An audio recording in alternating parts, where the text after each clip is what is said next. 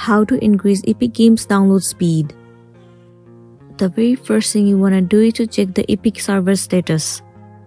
Just like any other server on the internet, Epic Games Launcher also relieves and multiple servers to operate, and it's possible that a server might be out of order or undergoing maintenance.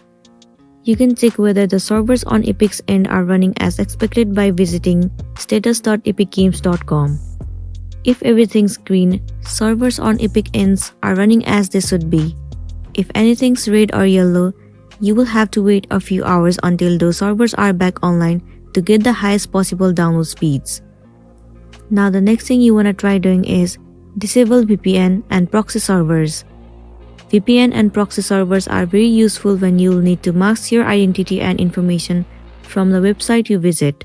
However, using those tools can slow things down by introducing unnecessary latency on your network.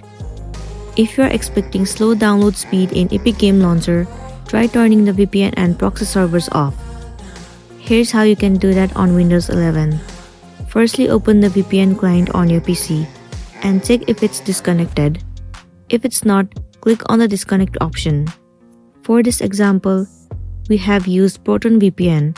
The location of the disconnect button may differ depending on the VPN client you are using.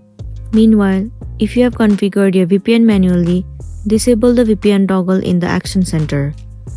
Once it has been disabled, it will definitely increase your Epic Game download speed.